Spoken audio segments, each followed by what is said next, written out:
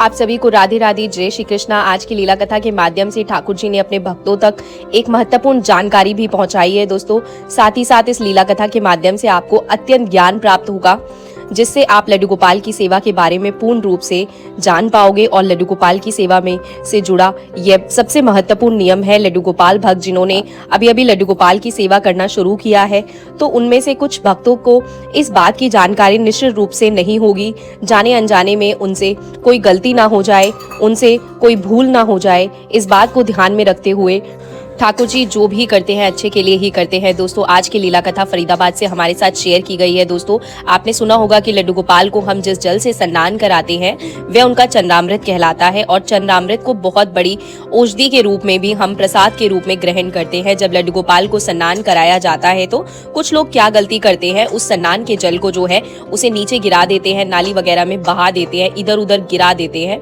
तो ऐसा करने से क्या होता है, इस लीला कथा के माध्यम से आप जान जाएंगे। और आपको तो पता ही है कि चंद्रामृत का क्या महत्व है। अकाल मृत्यु हरम सर्व व्याधि विनाश विष्णु पाद कम पीवा पुरजन्म न विधेते, अर्थात भगवान विष्णु के चरणों का अमृत रूपी जल जिससे सभी पापों का नाश होता है, वह औषधि के समान है। चरणामृत का सेवन करने वाला दोस्तों पुनर्जन्म नहीं होता, अर्थात अपने पापों से मुक्त होकर सदा सदा के लिए जीवन और मरण के बंधन से छूट जाता है, मोक्ष को प्राप्त होता है। तो देखिए कितना अधिक महत्व है चरणामृत का। कुछ लोग जो है पंचामृत और चरणामृत में असमंजस में पड़ जाते हैं, वैद्य इन दोनों को एक ही समान समझ बैठते हैं। तो आप ये भी जान लीजिए, चरणामृत जैसे कि नाम से ही ज्ञात होता है, भगवान के चरणों का अमृत चरणामृत को हमेशा दाएं हाथ से व शांत मन से लेना चाहिए, और कभी भी चरणामृत ग्रहण करने के बाद अपने सिर के ऊपर हाथ नहीं फेरना चाहिए। इससे नकारात्मकता बढ़ती है, और शास्त्रों में भी यही लिखा है कि चरणामृत ग्रहण करने के बाद कभी भी आपने अपने सिर पर हाथ नहीं फेरना चाहिए। और पंचामृत क्या होता है, वह 5 पवित्र वस्तुओं से जो हम प्रसाद बनाते हैं उसे पंचामृत कहते हैं। आप जानते ही होंगे, दूध, दही, घी, शहद और शक्कर का इस्तेमाल करके जो हम प्रसाद बनाते हैं उसे पंचामृत कहते हैं।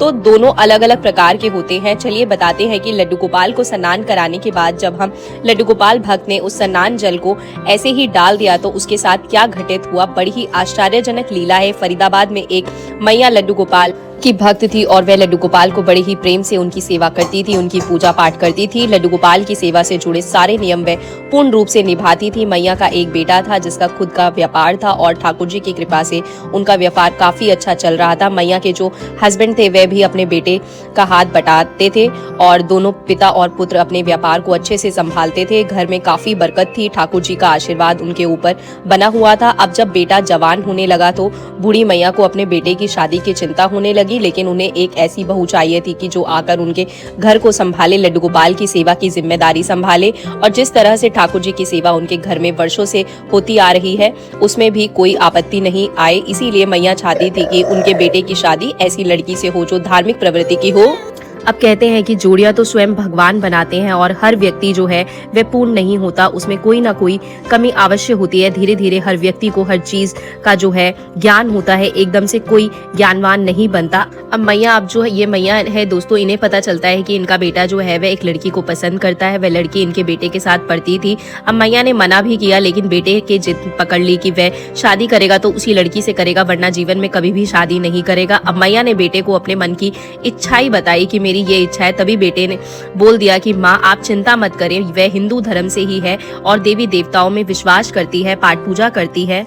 अब ना जाने उन्होंने अपनी मैया को मनाने के लिए ऐसा बोला था, या फिर जो लड़की थी वह सचमुच धार्मिक प्रवृत्ति की थी। अब जब मैया ने यह बात सुनी तो उन्होंने अपने बेटे की जिद के आगे कुछ नहीं कहा और इस रिश्ते के लिए तैयार हो गई। कुछ समय के बाद उनके बेटे की शादी हो गई। अब शादी होने के बाद दोस्तों जब बहू घर में आई, धीरे धीरे मैया को बहू का व्यवहार पता चलने लगा। जैसा उन्होंने सोचा था वैसा बिल्कुल भी नहीं था। जो बहू आई थी वह बिल्कुल उनकी इच्छा के विपरीत कार्य करती थी। जैसे कि अब मैया जो थी वह प्याज लहसुन वगैरह नहीं खाती थी। अब बहू थी जो वह आजकल की जनरेशन को तो आप जानते ही हैं, वह इन सब चीजों से में ज्यादा विश्वास नहीं करते, तो वह प्याज लहसुन वगैरह सब कुछ खाती थी। लेकिन मैया ने उस पर कोई बंधन नहीं लगाया। उन्होंने सोचा कि आज की जनरेशन के बच्चे हैं, कोई बात नहीं, मैं स्वयं तो सात्विक भोजन खाती हूँ और ठाकुर जी को भी उसी का भोग लगाती हूँ, क्योंकि किसी के ऊपर पाबंदी लगाना सही नहीं होता। जितना अपने से होता है उतना ही करना चाहिए। मैया के इस प्रकार के विचार थे और जो बहुत ही अच्छे थे। अब मैया ने अपना और लड्डू गोपाल का तो सात्विक भोजन बनवाया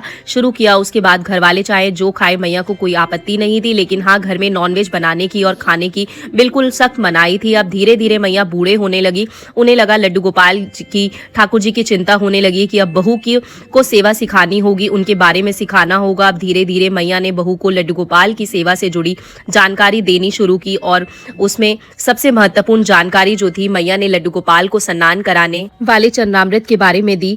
अब जब सुबह मैया लड्डू गोपाल को स्नान कराती थी, उसके बाद जो चरणामृत होता था वह प्रसाद के रूप में सभी को थोड़ा थोड़ा देती थी और स्वयं भी बड़े प्रेम से उस प्रसाद को ग्रहण करती थी। लेकिन जब बहू ने यह देखा कि मैया जो है वह लड्डू गोपाल को पहले स्नान कराती है, उसके बाद जो भी जल होता है उसे सभी को प्रसाद के रूप में देती है, जो थोड़ा बहुत प्रसाद बच जाता है उस पर आंगन में उसका छिड़काव करती है और बाकी का प्रसाद जो है वह गमले में डाल देती है। क्योंकि देखिए, लड्डू गोपाल के विग्रह को, ठाकुर जी को स्नान कराने में जितना भी जल लगता है उसकी मात्रा थोड़ी ज्यादा होती है, तो सारा जो प्रसाद में नहीं यूज किया जाता था, इसलिए थोड़ा वह घर में छिड़काव करती थी, कुछ वह प्रसाद के रूप में लेती थी, तो थोड़ा बहुत वह गमले में डाल देती थी। अब जब मैया बहू को चरणामृत का प्रसाद देती थी तो वह उस प्रसाद को नहीं लेती थी, उसे मतलब मैया से तो लेती थी, बाद में उनके जाने के बाद उस प्रसाद को गिरा देती थी, क्योंकि वह अपने पर्सनल हाइजीन को लेकर बहुत ज्यादा परेशान रहती थी। उसे लगता था पहले माताजी जो है लड्डू गोपाल को स्नान कराती है, उसके बाद यही जल हमें पीने के लिए देती है, तो वह ज्यादा साफ सफाई वाली बनती थी। उसे लगता था कि यह सब गलत है, ऐसे नहीं पीना चाहिए, इसलिए वह उस प्रसाद को, ठाकुर जी के चरणामृत का अपमान करती थी, उसे गिरा देती थी। कई बार मैया ने उसे देखा भी था और टोका भी था कि तुम्हें इस तरह ठाकुर जी के चरणामृत का अपमान नहीं करना चाहिए, यह तो औषधि स्वरूप होता है, ठाकुर जी का आशीर्वाद होता है। लेकिन उसके मन में इतना भक्तिभाव नहीं था और ना ही वह इन चीजों में ज्यादा बिलीव करती थी। इसीलिए मैया चाहती थी कि उनकी बहू एक धार्मिक प्रवृत्ति की हो, जो ठाकुर जी में विश्वास करने वाली हो, ठाकुर जी का आदर सम्मान करने वाली हो। लेकिन उनके बेटे ने क्या किया, उन्होंने अपनी पसंद से शादी कर ली और एक ऐसी लड़की को मैया की बहू बना दिया जो इन सब चीजों में विश्वास नहीं रखती थी। अब मैया ठाकुर जी से यही प्रार्थना करती थी, हे ठाकुर जी, मेरी अंतिम इच्छा अधूरी रह गई, मुझे अपने आसपास जब बुलाओगे तो मैं क्या मुंह लेकर आपके पास आऊंगी कि मेरे बाद मेरे घर में आपकी सेवा नहीं होगी, मेरे बाद मेरे घर में आपका नाम लेने वाला कोई नहीं होगा। हर वक्त इस बात की चिंता मैया को लगी रहती थी। अब जब मैया थी, जब पूरे घर में पूरी अच्छी तरह से आर्थिक स्थिति भी बड़ी अच्छी थी, सभी तरह से व्यापार में वृद्धि हो रही थी, घर में चारों तरफ खुशहाली ही खुशहाली थी।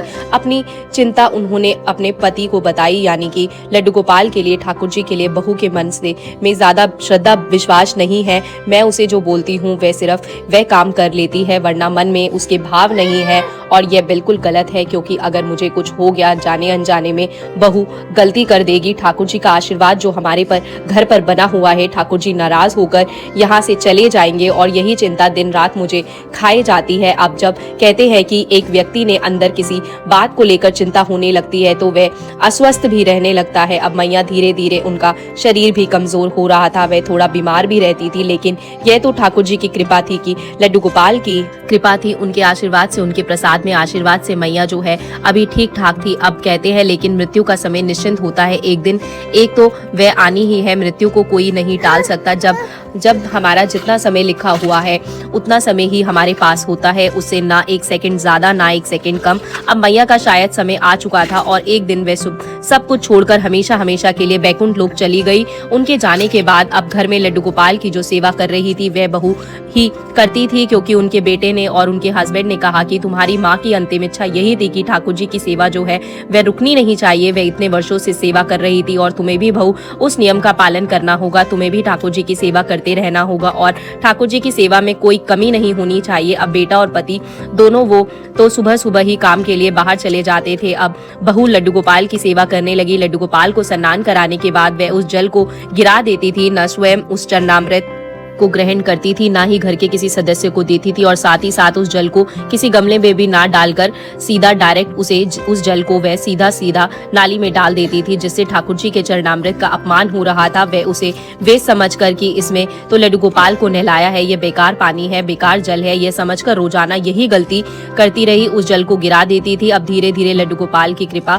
घर पर कम होने लगी, उनके व्यापार में भी गिरावट आने लगी, उनके ससुर जी बीमार रहने लगे और इतने दिनों से बहू ने भी कभी माँ बनने का सुख प्राप्त नहीं किया। अब उसे भी चिंता होने लगी थी कि शादी को इतना समय हो गया लेकिन अभी तक कोई संतान नहीं है, और भी कैसे सकती थी, क्योंकि वह लगातार लड्डू गोपाल जी के, ठाकुर जी के प्रसाद का अपमान कर रही थी, निरादर कर रही थी, प्रसाद को इस तरह से नाली में बहा देती थी, उसका अपमान करती थी। तो ठाकुर जी प्रसन्न कैसे हो सकते थे। लेकिन कहते हैं ना कि कभी कभी जो हमारे घर में सदस्य होते हैं वे ठाकुर जी के सच्चे भक्त होते हैं, और उनकी जो अंतिम इच्छा होती है ठाकुर जी उसे अवश्य ही पूरा करते हैं ना, कि बहू की बल्कि मैया की इच्छा पूरी करने के लिए ठाकुर जी ने बहू को एक अवसर दिया। मैया की एक सहेली बड़े दिनों के बाद उनके घर पर आई। उन्होंने आकर जब उनसे लड्डू गोपाल के ठाकुर जी के बारे में पूछा कि बेटा तुम ठाकुर जी की सेवा सही से कर रही हो ना, और अपनी सहेली का नाम लेते हुए कहा कि वह तो बड़े मन से ठाकुर जी की सेवा करती थी, ठाकुर जी की लीलाओं के बारे में बताया, ठाकुर जी के आशीर्वाद के बारे में बताया। तब बहू ने भी कहा कि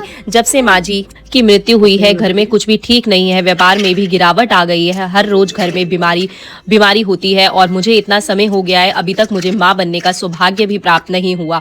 तभी मैया की जो सहेली थी उन्होंने बहू को कहा कि तुम अच्छे से जिस प्रकार तुम्हारी सास जो है सेवा करती थी उसी प्रकार से नियम के अनुसार कर रही हो ना, उन्हें सात्विक भोजन का भोग लगा रही हो ना। बहू ने कहा कि हाँ मैं उसी प्रकार से सब कुछ कर रही हूँ, क्योंकि उसे यह गलत नहीं लग रहा था कि वह चंद्रामृत को ऐसे गिरा देती है, बल्कि उसे तो लग रहा था इसमें कोई गलत बात नहीं है, यह तो स्नान कराया हुआ पानी है इसलिए वह पीने के योग्य नहीं होता। उसके विचार इस प्रकार के थे।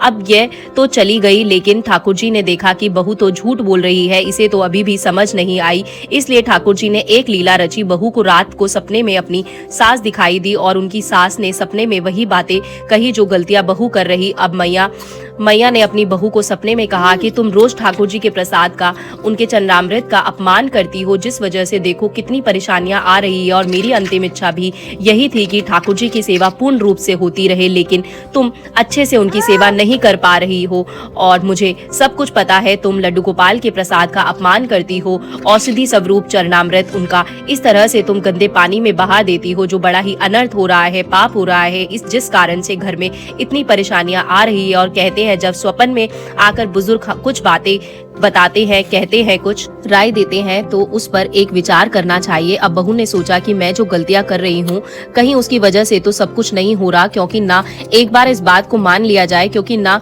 एक बार मैया की तरह ही लड्डू गोपाल की सेवा की जाए। अब बहू ने रोज इसी प्रकार से करना शुरू किया। लड्डू गोपाल के चंद्रामृत को अपनी सास की तरह घर में छिड़काव करने लगी, सभी को प्रसाद के रूप में देने लगी, स्वयं भी उसे ग्रहण करने लगी, और कुछ ही दिनों में एक ऐसा चमत्कार हुआ जिसे सुनकर आप भी आश्चर्यचकित हो जाएंगे। इतने दिनों से डॉक्टर के चक्कर लगाते लगाते जो बहुत परेशान हो चुके थे वो ठाकुर जी के आशीर्वाद से प्रेग्नेंट हो गई। साथ ही साथ उनका कारोबार फिर से ऊंचाइयों को छूने लगा, घर में फिर से खुशहाली आ गई। अब उसे समझ आ गया था कि यह चंद्रामृत कोई साधारण चंद्रामृत नहीं है, यह कोई गंदा पानी नहीं है, बल्कि ये ठाकुर जी का आशीर्वाद है, सचमुच एक अमृत है जो सब बुराइयों को दूर करता है। और सच कहा कि जो चंद्रामृत होता है दोस्त, वह बुद्धि समृद्धि को बढ़ाने में भी कारगर होता है। उसे ग्रहण करने के बाद आप देखोगे मन भी शांत रहता है, और एक बीमार व्यक्ति के लिए औषधि रूप है। बड़े से बड़े रोग में बड़ी ही शांति देने वाला प्रभु जी का, ठाकुर जी का चंद्रामृत बड़ा ही कारगर है। अब बहू को समझ आ गया था, उसने ठाकुर जी से माफी मांगी और अपने किए गए अपराध के लिए उसे बहुत ही पछतावा हो रहा था, लेकिन मैया की इच्छा को पूरी करने के लिए ठाकुर जी ने उसे शुद्ध बुद्धि की दी, क्योंकि उनकी यही इच्छा थी कि उनके घर में ठाकुर जी की सेवा होती रहे। अब बहू ने पूर्ण रूप से लड्डू गोपाल की सेवा की जिम्मेदारी निभानी शुरू कर दी और अपनी सास की तरह ही लड्डू गोपाल की सेवा करने लगी। दोस्तों, उनके प्रसाद का भी निरादर नहीं करती थी, अपमान नहीं करती थी, चरणामृत को भी बड़े सम्मान के साथ स्वयं ही ग्रहण करती थी, घर में छिड़काव करती थी, जिससे सारी नेगेटिविटी एनर्जी दूर हो जाती थी। तो आप भी लड्डू गोपाल को स्नान कराएं, जो चरणामृत होता है उसे अपने घर में छिड़काव अवश्य ही करे, खुद भी उसका सेवन करे, घर के सभी सदस्यों को थोड़ा थोड़ा प्रसाद के रूप में दे, और जब जो बच जाए उसके बाद उसे ऐसे ही मत गिराएं, उसे किसी गमले में या फिर तुलसी के गमले में या फिर खाने में यूज कर लीजिए। इस तरह से उसका अपमान मत कीजिए। देखना लड्डू गोपाल की दिन दोगुनी रात चौगुनी दृष्टि आप पर पड़ेगी, आपके घर में बरकत होगी, आपके घर में सारी नेगेटिव एनर्जी दूर हो जाएगी, ठाकुर जी का आशीर्वाद आपके परिवार पर बना रहेगा। तो ठाकुर जी ने यह सबसे विशेष जानकारी आप लोगों तक पहुंचाई है कि चंद्रामृत को गिराने से क्या होता है और उसका सेवन करने से क्या होता है। तो दोस्तों, इसी के साथ राधे राधे, जय श्री कृष्णा। आपको वीडियो अच्छी लगी हो तो वीडियो को लाइक और शेयर कर दीजिएगा। इस चैनल पर अगर आप पहली बार ये वीडियो देख रहे हैं तो चैनल को प्लीज सब्सक्राइब कर दीजिएगा। कमेंट जरूर करिएगा राधे राधे जय श्री कृष्णा। अगर आपके पास भी कोई लीला कथा है तो मुझे कमेंट बॉक्स में जरूर बताइएगा, मैं आपसे संपर्क करूंगी। अभी फिलहाल इसी तरीके से मिलती रहूंगी अब मैं अगली वीडियो में। फिलहाल आप सभी को मेरी तरफ से राधे राधे जय श्री कृष्णा। बांके बिहारी लाल की जय दोस्तों।